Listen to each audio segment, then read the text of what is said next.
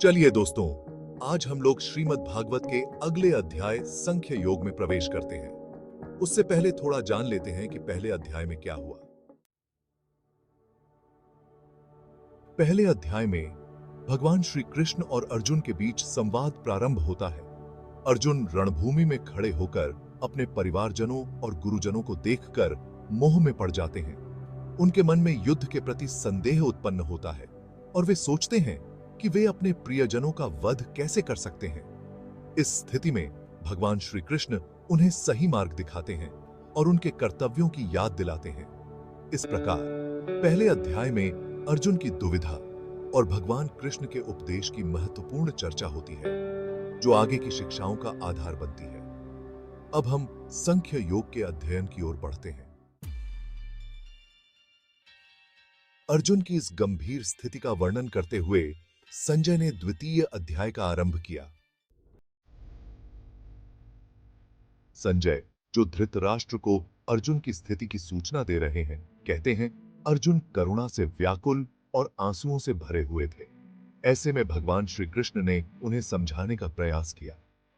यहां से गीता का केंद्रीय संवाद शुरू होता है, जिसमें भगवान श्री कृष्ण अर्जुन को प्रेरित करने की कोशिश करते हैं। भगवान श्री कृष्ण ने अर्जुन से कहा, हे अर्जुन, इस विषम परिस्थिति में तुम्हें यह मोह किस कारण से हो रहा है? यह न तो धर्म के अनुसार है, न ही इससे तुम्हें कोई स्वर्ग प्राप्त होगा। यह नपुंसकता तुम्हारे व्यक्तित्व के अनुकूल नहीं है। हृदय की दुर्बलता को छोड़कर युद्ध के लिए खड़ा हो जाओ। इस वाक्य में भगवान ने स्पष्ट किया कि अर्जुन का मोह न केवल उसके व्यक्तिगत जीवन को प्रभावित कर रहा है, बल्कि यह उसके कर्तव्यों और धर्म का भी उल्लंघन कर रहा है।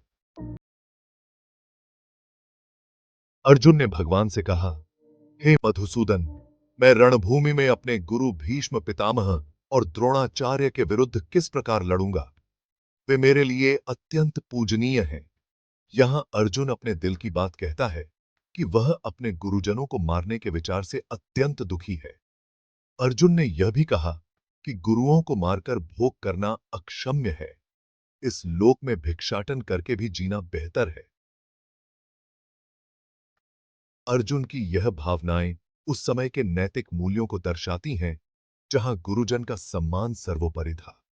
वह आगे कहता है कि वह यह नहीं जानता कि युद्ध करना उचित है या न करना। क्या वह जीतेगा या धृतराष्ट्र के पुत्रों की विजय होगी, यह भी उसे स्पष्ट नहीं है। जिनका वह वध नहीं करना चाहता, वे ही उसके सामने खड़े हैं। इस प्रकार अर्जुन ने अपनी कायरता और दुविधा को स्पष्ट रूप से व्यक्त किया। मैं आपके सामने खड़ा हूं। कृपया मुझे बताएं कि मेरे लिए क्या श्रेष्ठ है। मैं आपका शिष्य हूं और आपकी शरण में आया हूं। वह यह भी कहता है कि भूमि में धन धान्य और संपत्ति प्राप्त करने पर भी उसे कोई उपाय नहीं दिखता जो उसके मन के शोक को दूर कर सके। यह वाक्य यह दर्शाता है कि अर्जुन केवल भौतिक संपत्ति के लिए नहीं लड़ रहा, बल्कि उसके लिए यह युद्ध एक गहरा नैतिक और आध्यात्मिक संघर्ष है।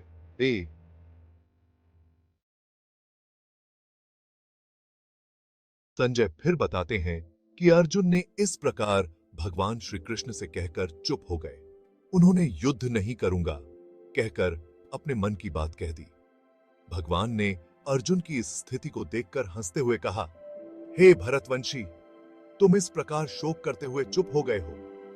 यहां भगवान का हंसना केवल मजाक नहीं है, बल्कि यह अर्जुन की स्थिति को समझने का एक प्रयास है। वह अर्जुन को यह बताना चाहते हैं कि युद्ध से भागना और अपनी जिम्मेदारियों से मुंह मोड़ना उचित नहीं है। भगवान श्री कृष्ण जानते हैं कि अर्जुन एक महान योद्धा है, लेकिन उसे अपने भीतर की शक्तियों को पहचानने की आवश्यकता है। इस अध्याय में भगवान श्री कृष्ण ने अर्जुन को उसके कर्तव्यों के प्रति जागरूक करने का प्रयास किया। उन्होंने स्पष्ट किया कि युद्ध की भावना केवल व्यक्तिगत संबंधों से ऊपर उठकर देखी जानी चाहिए। अर्जुन की दुविधा को समझते हुए भगवान ने उसे यह शिक्षा दी कि एक सच्चे योद्धा को अपने धर्म का पालन करना चाहिए, चाहे परिस्थितियां कितनी भी कठिन क्यों न हो।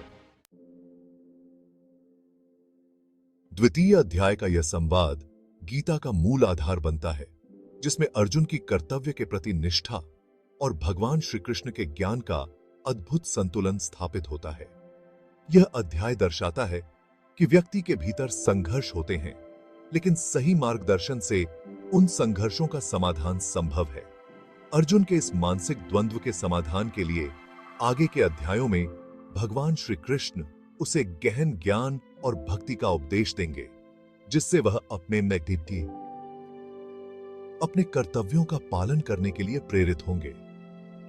इस प्रकार द्वितीय अध्याय न केवल अर्जुन की दुविधा का वर्णन करता है, बल्कि यह दर्शाता है कि सच्चा ज्ञान और मार्गदर्शन किसी भी संकट को पार करने की क्षमता प्रदान करता है।